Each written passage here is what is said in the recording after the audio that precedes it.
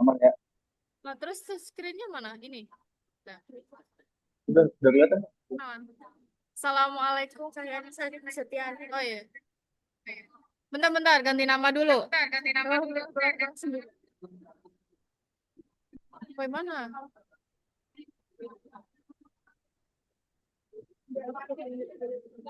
Udah. Dibuka, Sel, dibuka. Baru. Oke, mulai ya. Assalamualaikum warahmatullahi wabarakatuh. Sebelumnya perkenalkan nama saya Pak Farakusa Farwata Rapisani dengan nomor 122230122 dan rekan saya. Kenalkan saya Wulan Huri Putri dengan NIM 112230161. Di sini kita akan mempresentasikan eh, materi kuliah Pendidikan Kewarganegaraan dengan tema Indonesia Gelap.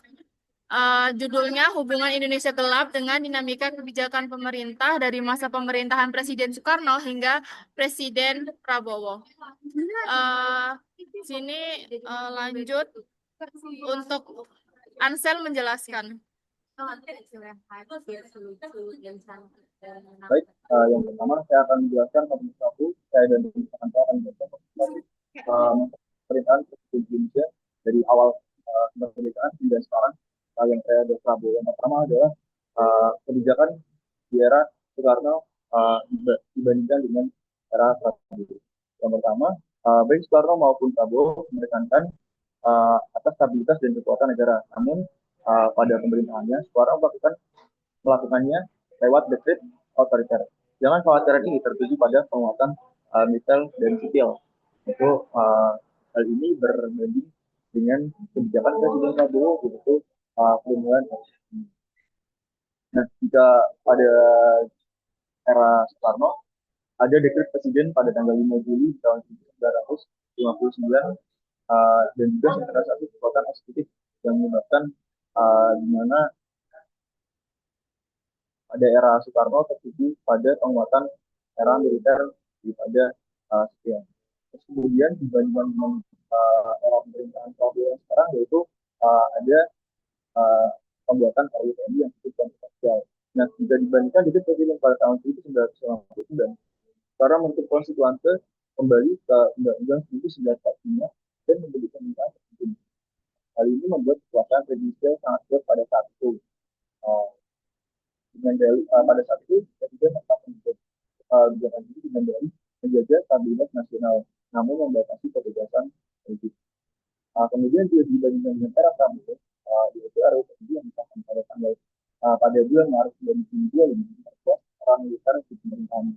Banyak aktivis khawatir akan hal ini karena hal ini sangat mirip dengan diskusi ABI pada Orde Baru. Pemerintahan Prabowo beralasan RUU TNI itu demi namun tujuh penilaian ada kaitan dengan kelas Prabowo.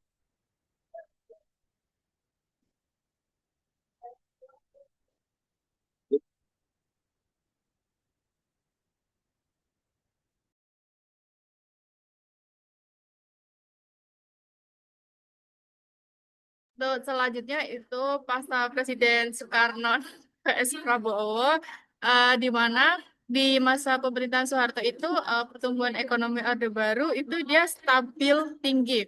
Dengan rata-rata itu 7% per tahun. Dengan inflasi itu dia ditekan dari 650% ke 120%. Nah, program 5 tahunan atau Repelita fokus pada pembangunan dan inflasi rendah. Nah, yang program kedua yaitu ada swasembada pangan, di mana Revolusi Hijau Soeharto ini dia membuat Indonesia swasembada beras tahun 1984 dengan harga pokok dikendalikan lewat Bulog hingga inflasi bahan pokok terjaga rendah. Selanjutnya itu militer kuat dan duifungsi ABRI. ABRI aktif di politik sipil untuk stabilitas. Lalu pada era Prabowo, program ketahanan pangan atau lumbung pangan dengan target 4 juta hektar dan kurang lebih 10 juta ton beras serta pengendalian ekonomi, stabilitas siklus. Ya, terus ada revisi UU TNI juga menguatkan peran militer kekhawatiran kembali ke Orde Baru. Nah, perbandingannya itu yaitu Orde Baru itu dia menekankan pembangunan dan kontrol sentral militer dan ekonomi. Sementara era Prabowo ini dia juga menekankan stabilitas pangan dan keuangan. Nah, sisi positifnya stabilitas pangan atau ekonomi meningkat, tapi sisi negatifnya publik melihat nuansa kontrol militer atau negara yang mirip pada masa Soeharto.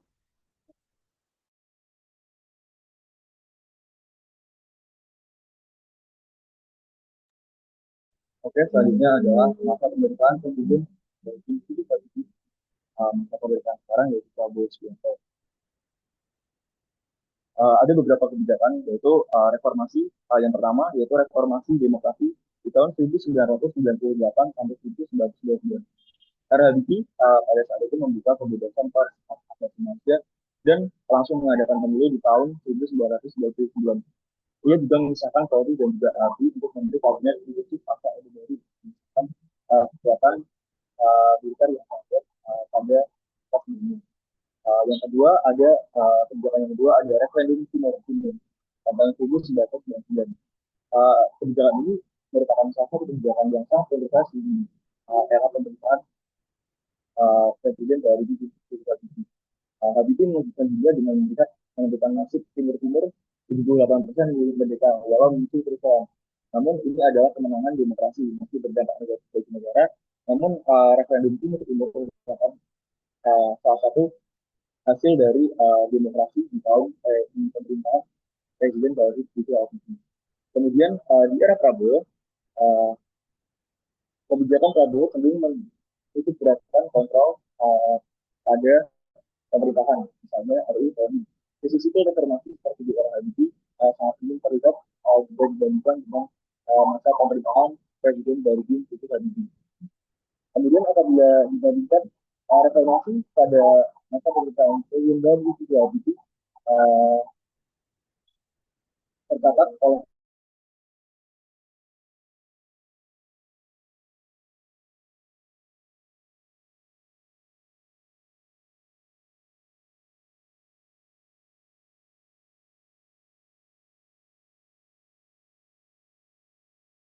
era ini.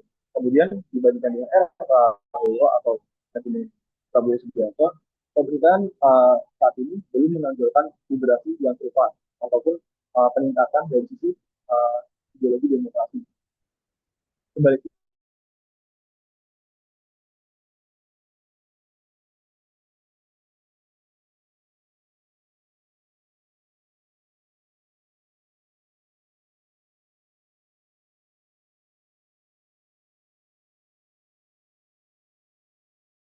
kan juga masa presiden sebelumnya itu Habibie sangat kontras sekali.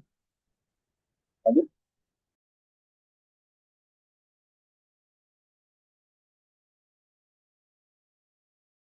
Selanjutnya yaitu masa pemerintahan Gus Dur dan perbandingannya dengan Prabowo. Pada masa pemerintahan Gus Dur ada reformasi pers dan HAM. Dia membubarkan Departemen Penerangan pada tahun 1999 yang selama Orde Baru mengontrol media, memberi ruang pers lebih bebas. Nah, ia juga mempromosikan hak-hak minoritas, misalnya itu akhiri penggunaan istilah Irian Jaya menjadi otonomi Aceh dan Papua. Kedua ada desentralisasi.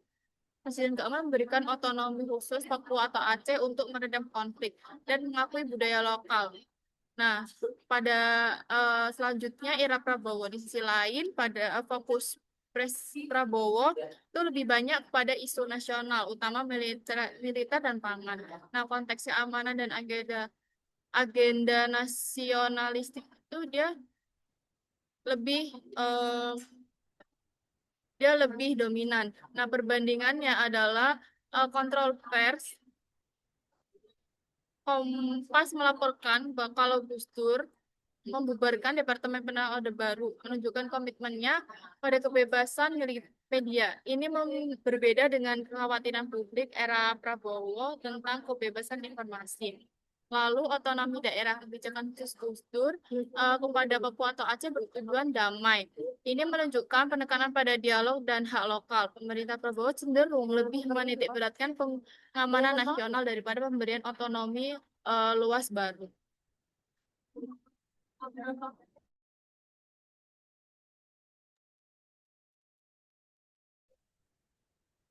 Selanjutnya, yaitu pemberian masa pemerintahan Presiden Megawati Soekarno Putri. Yang pertama ada beberapa kegiatan ini yaitu stabilitas dan konsensus. Megawati pada tahun 2001 sampai 2004 menerapkan gaya hati-hati pada kabinet.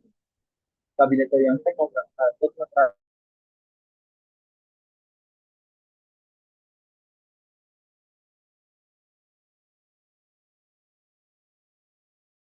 terakhir pada masa jabatan Presiden Gus itu sangat kontroversial sekali karena ada isu bahwasanya Presiden Gus itu dibimbang kemudian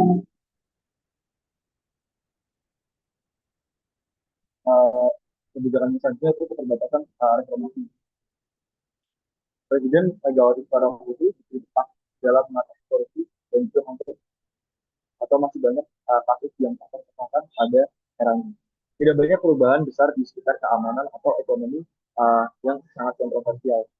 Pada masa pemerintahannya sangat minim sekali terhadap perubahan ataupun reformasi yang ada. Sehingga Presiden Megawati mendapat cukup banyak kritik dari jurnalis pada zaman. Selanjutnya juga kita bandingkan pada era Prabowo cenderung lebih aktif menyasar isu militer dan ekonomi. Misalnya memperkuat peran TNI dan menjelaskan ketahanan pangan. Pendekatannya lebih agresif daripada gaya yang melindungi musyawarah. Pada masa Presiden Prabowo Subianto lebih cenderung membuat kebijakan-kebijakan yang meskipun terdapat banyak kontroversi, namun gaya yang dipilih oleh pemerintahan Presiden Prabowo tidak terkesan menunggu musyawarah daripada era Presiden Megawati. Nah, jika kita bandingkan, Megawati mengutamakan stabilitas melalui dialog seperti membatasi besar atau menetapkan kebijakan nasionalis. Salah satunya itu efisiensi anggaran. Dampak baiknya Megawati mencegah anarki politik seperti demo ataupun uh, uh, penolakan dari masyarakat. Namun kekurangan dari era Megawati itu sangat lamban, dalam mengatasi pilkada di masa pemerintahannya. Prabowo sisi baik dari era Prabowo yaitu menangani masalah dengan cepat. Namun kontranya dituduh dapat melanggar mekanisme demokrasi karena pemutusan atau penindakan masalahnya yang cenderung tidak mengambil keputusan dengan mata. Namun memang cukup diakui cepat dalam menyelesaikan suatu permasalahan. Lanjut.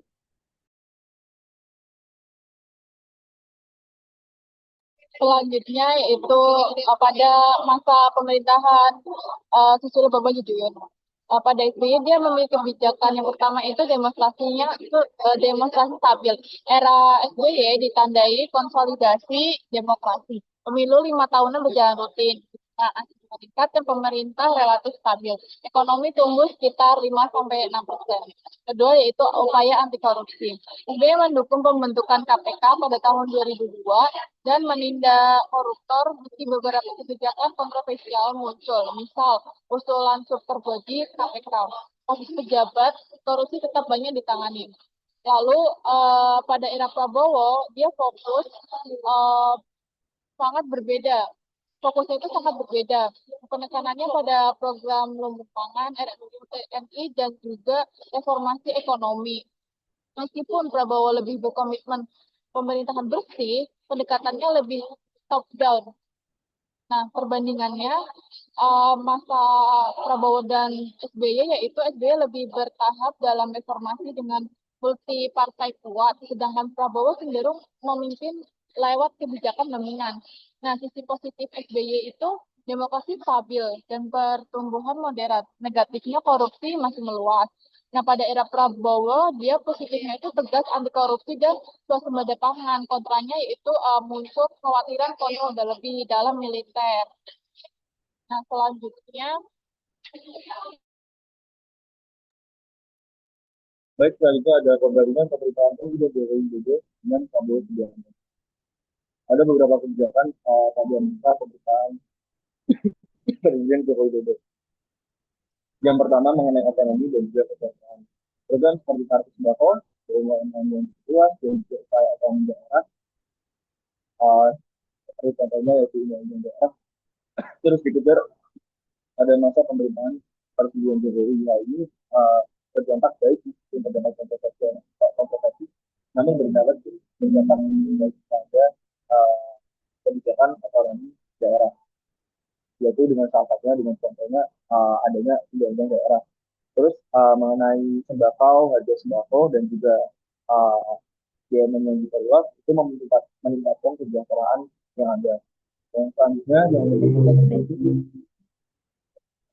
dan juga IKN atau ibu kota baru. Nah, Jokowi meluncurkan proyek ambisius yaitu tol, bandara, dan juga IKN dengan RUU ibu kota yang diterbitkan di tahun 2022. IKN Nusantara menjadi simbol pembangunan jangka panjang. Nah, pada masa pemerintahan Jokowi sangat menonjol sekali bahwasanya banyak sekali jalan-jalan, terutama proyek seperti jalan tol, bandara yang sangat pesat berkembang.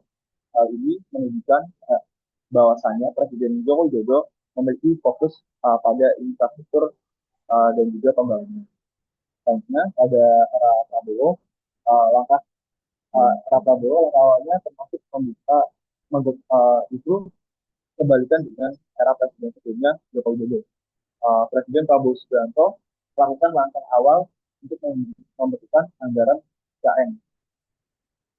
Hal ini dilakukan untuk mengatur ulang prioritas utama dari pemerintahan. Fokus anggaran diarahkan ke anggaran dan program nasional pangan.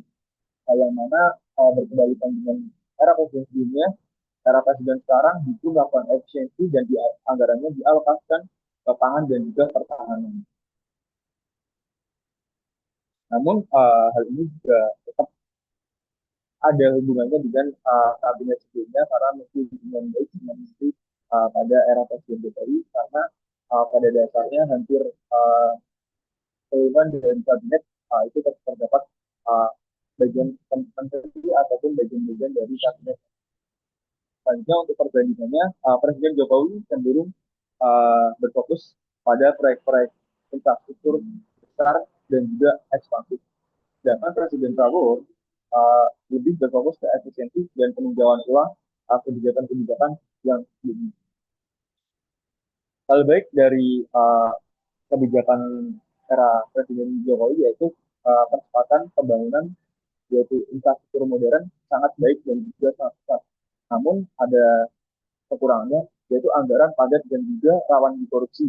Karena memang pada dasarnya proyek yang berbasis konstruksi dan juga infrastruktur memang sangat rentan sekali untuk dikorupsi. Terus kemudian sisi baik dari kebijakan pemerintahan Prabowo Subianto yaitu pada masa pemerintahan ini sangat baik dalam menjaga defisit anggaran sehingga defisit terkendali. Kemudian rakyat juga menerima subsidi berupa lahan pangan, keterbukaan pembebasan utang UMKM, dan lain-lain sehingga alokasi dana memang cukup baik. Namun sisi buruknya dari kebijakan di bidang yang sama yaitu dikhawatirkan kebijakan ini akan menunda atau membutuhkan jadi pembangunan besar seperti IKN. Lanjut. ada pemerintahan Prabowo, ini ada beberapa kebijakan, yang pertama revisi UU TNI, kedua ada efisiensi anggaran pendidikan dan kesehatan, terus yang ketiga ada pembukaan anggaran IKN, yang keempat ada pemberantasan korupsi, sedangkan yang kelima ada pembentukan BPI dan korupsi. Nah, pertama itu ada revisi UU TNI, dia eh, Apa ya, respon publiknya itu seruan tolak RUU TNI ramai di media sosial. Banyak aktivis LSM memperingatkan potensi kembalinya demonstrasi ABRI. Mereka khawatir militer tanpa kontrol sipil dapat memperbesar pengaruh politik. Lalu yang selanjutnya adalah ada efisiensi anggaran pendidikan dan kesehatan. Bagaimana respon publiknya itu, para akademisi dan praktisi menilai bahwa efisiensi ini dapat memperlemah fondasi SDM.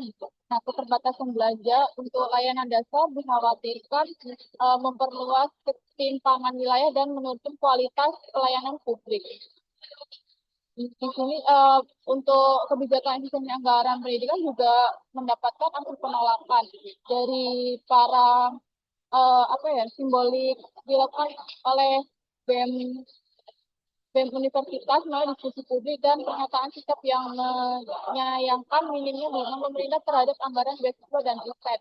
Nah, Asosiasi Profesi Tenaga Kesehatan mengajukan pemberatan terhadap pengaturan belanja infrastruktur dasar puskesmas dan fasilitas kesehatan desa. Nah, selanjutnya itu ada pembekuan anggaran IKN. Mengapa alasan pemerintah melakukan ini? Salah satunya adalah menyusun ulang prioritas pembangunan jangka pendek. Terus alasan kedua itu menghindari pemborosan anggaran pada proyek yang belum krusial. Terus yang ketiga itu dia meningkatkan efektivitas APBN pasca pandemi. Nah, respon publiknya itu apa ya, ada yang mendukung dan juga ada yang menolak. Nah, yang para mendukung itu dia menyebutkan langkah ini itu sebagai bentuk fokus kebijakan rakyat, mengutamakan kebutuhan mendesak. Nah, untuk kritiknya itu sebagian menganggap ini sebagai inkonsistensi kebijakan negara, menghambat visi jangka panjang pembangunan nasional dan menurunkan kredibilitas investasi. Selanjutnya,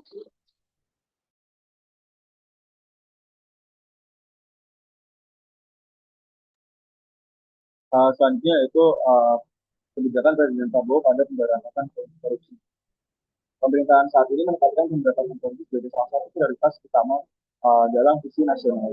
Komitmen terhadap tata kelola yang bersih diwujudkan melalui dorongan digitalisasi, sistem birokrasi, dan juga persiapan e-government untuk meningkatkan transparansi. Selain itu, Presiden juga mendorong pengawasan internal lingkungan di Kementerian dan lembaga negara dengan pelaporan berkala langsung kepada kepala negara guna meminimalkan uang moneter bagi praktik korupsi dan sejenisnya. Respon publik dari kebijakan yang cukup baik itu yaitu kebijakan korupsi ini menuai respon beragam dari masyarakat, dari kalangan dan masyarakat. Jadi itu keputusan pemerintah dalam membangun tata kelola yang bersih dan efisien. Namun kritik juga muncul dari para pengamat dan akademisi yang menilai bahwa pemberantasan korupsi di era Prabowo masih bersifat normatif dan belum menyentuh akar masalah. Minimnya penguatan terhadap lembaga independen seperti KPK juga membutuhkan, terutama ketika praktik korupsi di daerah dan lembaga negara tetap marak. Namun jika kita lihat secara garis besar, banyak sekali kebijakan ini memang cukup berintek bagus. Contohnya banyak korupsi yang memang jumlahnya sangat luar biasa bisa diberantas dari tadi.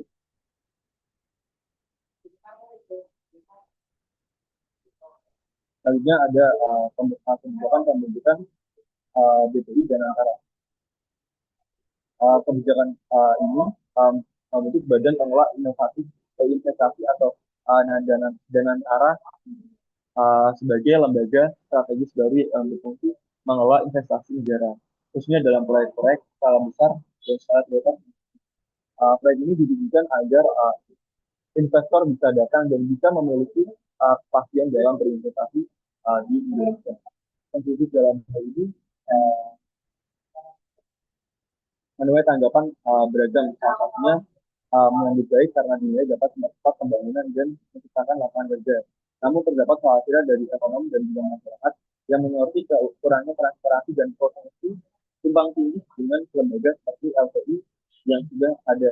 Karena memang korupsi dari lembaga ini yang memang belum dipapatkan secara jelas dan memang ada korupsi, ada kerentanan dalam terjadinya korupsi.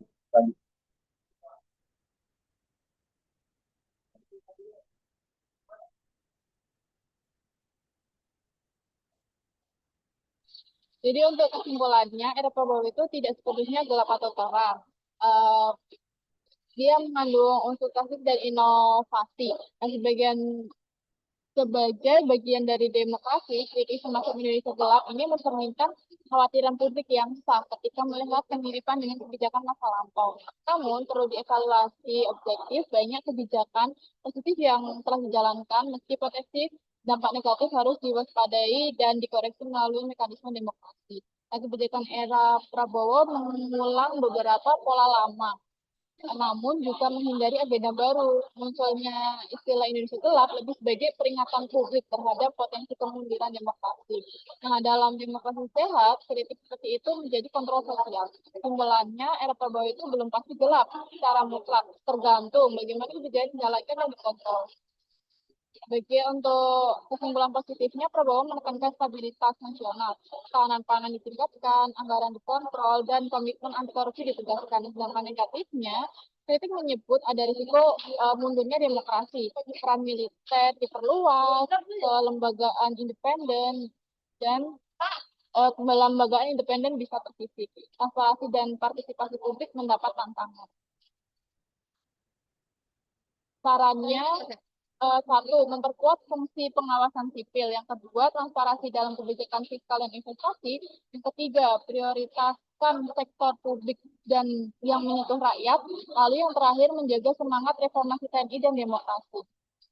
Sekian presentasi kita pada kesempatan kali ini. Terima kasih sebelumnya. Wassalamualaikum warahmatullahi wabarakatuh.